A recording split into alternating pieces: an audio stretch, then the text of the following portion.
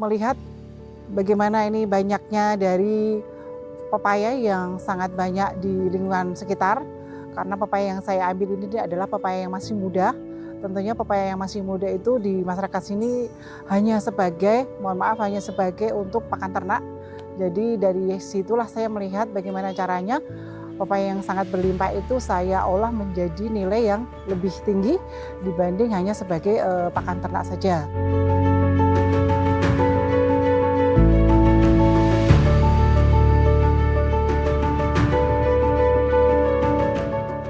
Awalnya saya hanya mengolah abon pepaya, tapi dari situ saya juga mengembangkan untuk olahan-olahan yang lain seperti kayak sale pepaya, terus permen pepaya, dodol pepaya, Mustafa pepaya, keripik pepaya itu saya mulai bikin, tapi memang yang pertama hanya ada abon pepaya.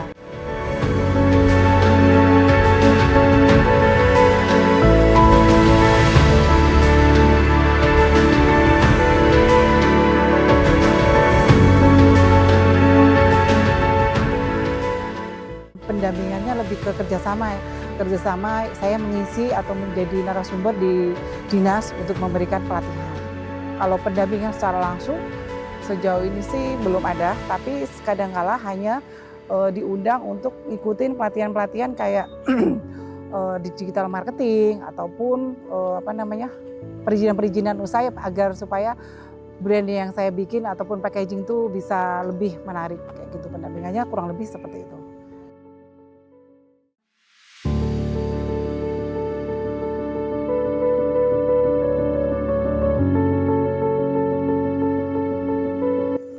Cara kita menanam pepaya, pertama kita memilih bibit yang berkualitas. Kebetulan hari ini saya perkenalkan, jadi bibit yang saya buat ini bibit buatan saya sendiri. Jadi cara pemilihan bibit ini saya memilih bibit yang kalau bahasa Jawa kita bilang nunggal, jadi hanya satu pohon yang kita harapkan.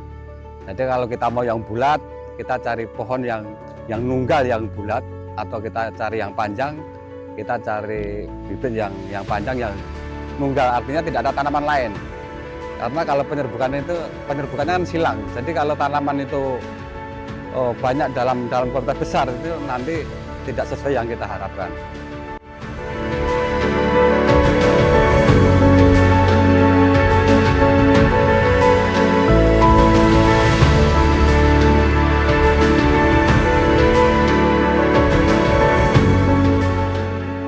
Pepaya memang sebagai produk unggulan desa kami, Pak.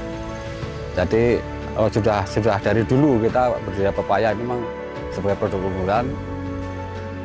Mungkin hari ini dengan program Pak Prabowo ini sebagai